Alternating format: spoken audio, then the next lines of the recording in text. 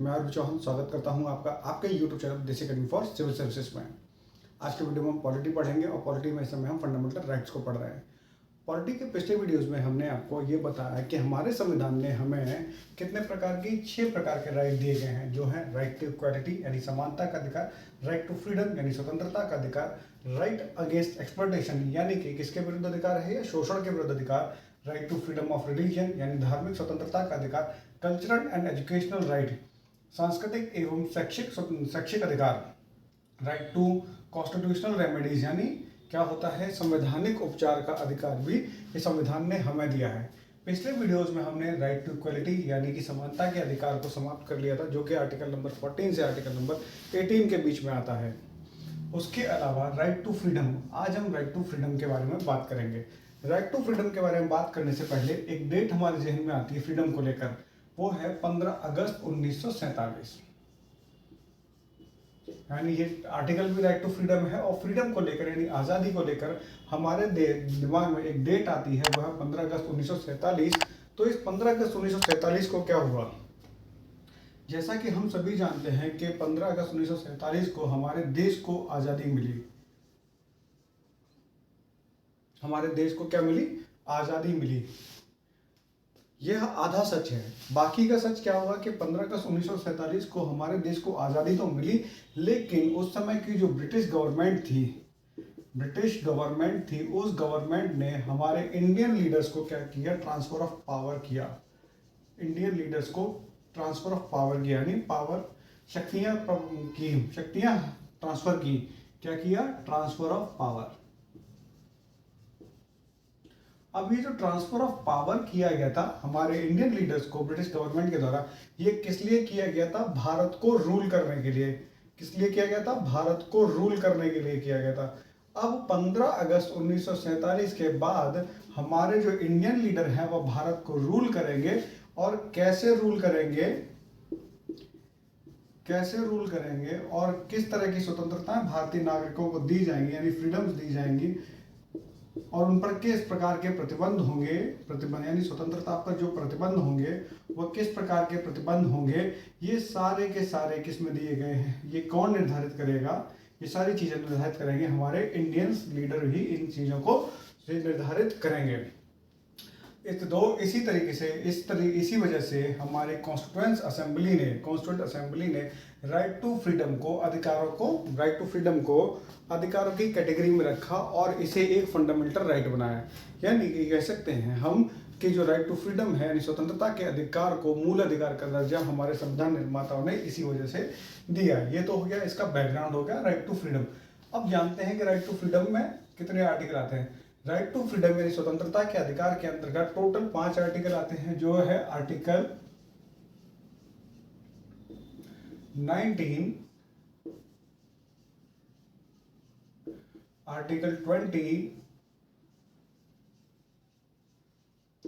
Article 21,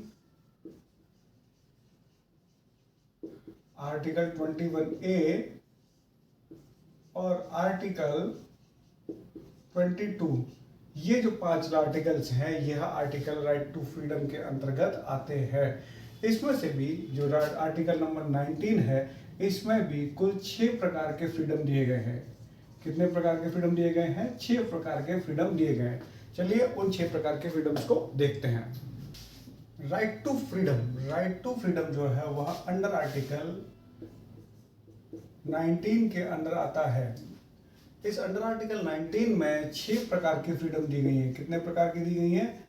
6 प्रकार की freedom दी गई है। ये सवाल पूछा गया है कि अंडर आर्टिकल 19 में कितने प्रकार की फ्रीडम दी गई है? 6 प्रकार की फ्रीडम दी गई है। तो अंडर आर्टिकल 19(1) में जो पहली फ्रीडम दी गई है वह है freedom of speech and expression. अक्सर कर आप न्यूज़पेपर्स में और किसी टीवी डिबेट में आप ये वाली बात तो ज़्यादा सुनने को देखने को मिलती होगी आपको कि ये मेरा right to freedom of speech है, ये मेरा फ्रीडम ऑफ एक्सप्रेशन है, इसके तहत मैं ये बात कह रहा हूँ। तो जिसका मतलब होता है कि किसी भी व्यक्ति को स्पीच और एक्सप्रेशन यानी वाक एवं अभिव्यक्ति की स्वतंत्रता दी गई है।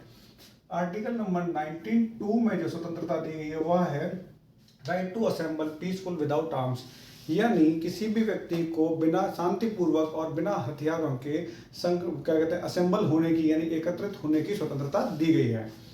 आर्टिकल नंबर 19(3) में जो स्वतंत्रता दी गई है वह है कि फ्रीडम ऑफ फॉर्म एसोसिएशन के संगठन बनाने की स्वतंत्रता आर्टिकल नंबर 19(3) में दी गई है। आर्टिकल 19(4) में जो दिया गया है वह फ्रीडम टू मूवमेंट यानी भारत के अंदर कहीं भी आवागमन करने की यानी आने जाने की स्वतंत्रता दी गई है।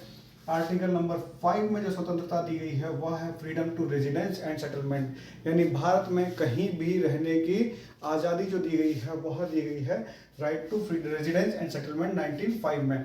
और आर्टिकल नंबर 19(6) में जो दी गई है वह है freedom of profession, occupation, trade और बिजनेस यानी किसी भी प्रोफेशन को, ऑक्यूपेशन को, ट्रेड और बिजनेस को करने की स्वतंत्रता जो आर्टिकल नंबर 19(6) में दी गई है।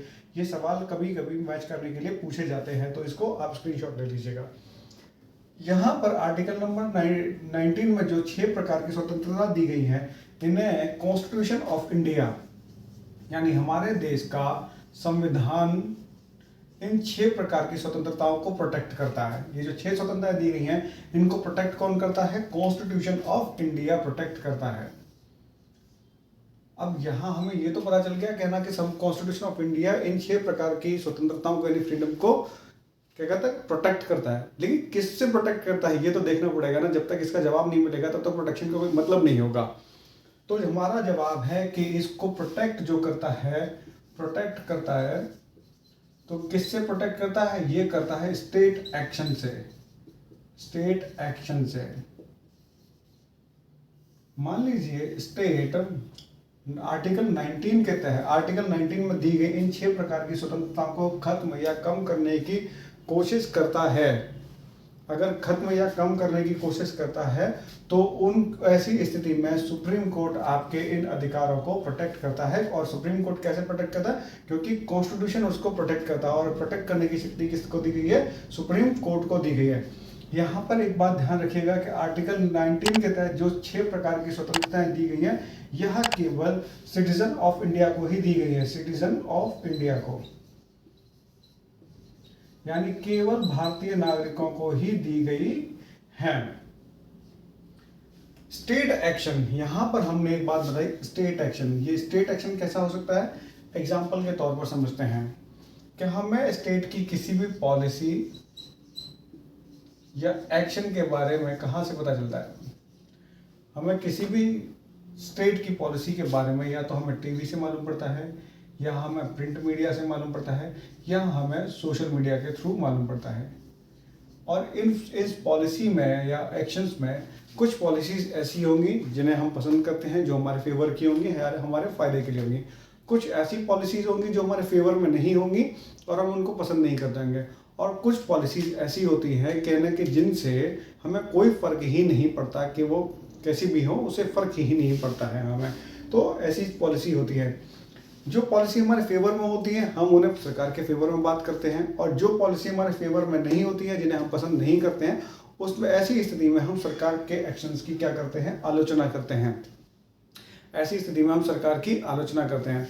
और इसी आलोचना को बंद करने के लिए अगर हमें कोई पॉलिसी पसंद नहीं आती है तो हम या तो सरकार की आलोचना करते हैं या क्रिटिसाइज करते हैं।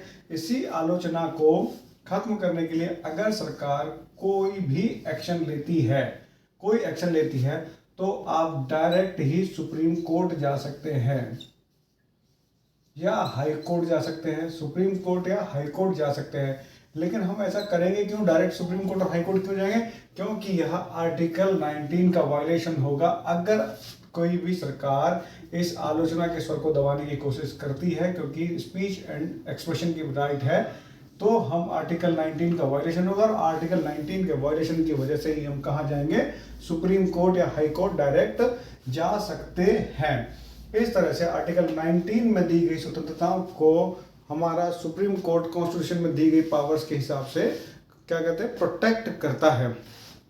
यहाँ एक बात ध्यान देने की है कि आर्टिकल 19 के तहत जो फ्रीडम्स दी गई हैं उनको सुप्रीम कोर्ट केवल स्टेट एक्शन के विरुद्ध ही प्रोटेक्ट करता है, किसी प्राइवेट एक्शन के विरुद्ध प्रोटेक्ट नहीं करता है। एग्जाम्पल से समझते हैं कि आप अगर किसी रास्ते से जा रहे हो और रास्ते में जा रहे किसी व्यक्ति के आप आलोचना करते हैं और वह आपकी आलोचना से क्रोधित होकर आपकी ठुकाई कर देता है अच्छे से, तो आप उस ठुकाई के विरोध में ये नहीं कह सकते कि तूने मेरा आर्टिकल 19 का वायलेशन किया है और उसकी एवज में आप डायरेक्ट सुप्रीम कोर्ट चले जाएं। क्योंकि आर्टिकल 19 जो है वो स्टेट एक्शन के विरुद्ध प्रोटेक्ट करता है आपको। सुप्रीम कोर्ट आपके आर्टिकल 19 के दी गई स्वतंत्रताओं को स्टेट एक्शन के विरुद्ध तो आपको प्रोटेक्ट करता है, लेकिन किसी भी प्राइवेट या इंडिविजुअल के खिलाफ किए गए एक्शंस के विरुद्ध आपको प्रोटेक्ट नहीं करता है। तो ये तो हो गया हमारा आर्टिकल नंबर 19। अब हम देखते हैं आर्टिकल नंबर 20। हमारा अगला आर्टिकल है आर्टिकल 20, जो कहता है कि protection against conviction for offences. इस आर्टिकल हमारा संविधान इस आर्टिकल के जरिए उन लोगों को भी प्रोटेक्शन देता है जिनके ऊपर क्रिमिनल केसेस चल रहे हैं या क्रिमिनल चार्जेस लगे हुए हैं, ऐसे लोगों को भी प्रोटेक्ट करता है। हमारा अगला आर्टिकल है article 21, protection of life and personal liberty, प्राण एवं दैहिक स्वतंत्रता का अधिकार। इस आर्टिकल के जरिए हमारा संविधान पार्लियामेंट एंड एग्जीक्यूटिव बॉडी की उन शक्तियों को लिमिट करता है जो कि प्राण एवं दैहिक स्वतंत्रता को सीमित करते हैं।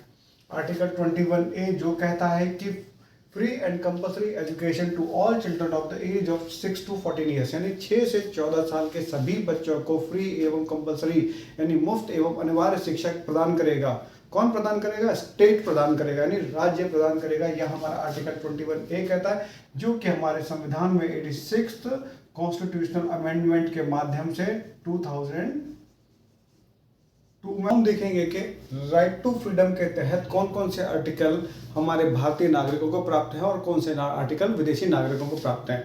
जैसा कि पिछले वीडियो में हमने बताया था कि हमारे कॉन्स्टिट्यूशन से ही हमें क्या मिलते हैं, किसी भी प्रकार के अधिकार मिलते हैं, और इसी तरीके से कॉन्स्टिट्यूशन ने ही हमें क्या दिए, फंडामेंटल राइट्स दिए गए।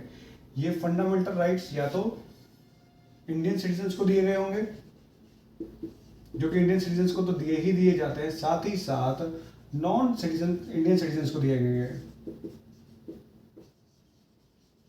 नॉन इंडियन सिटीजन्स को दिए गए होंगे।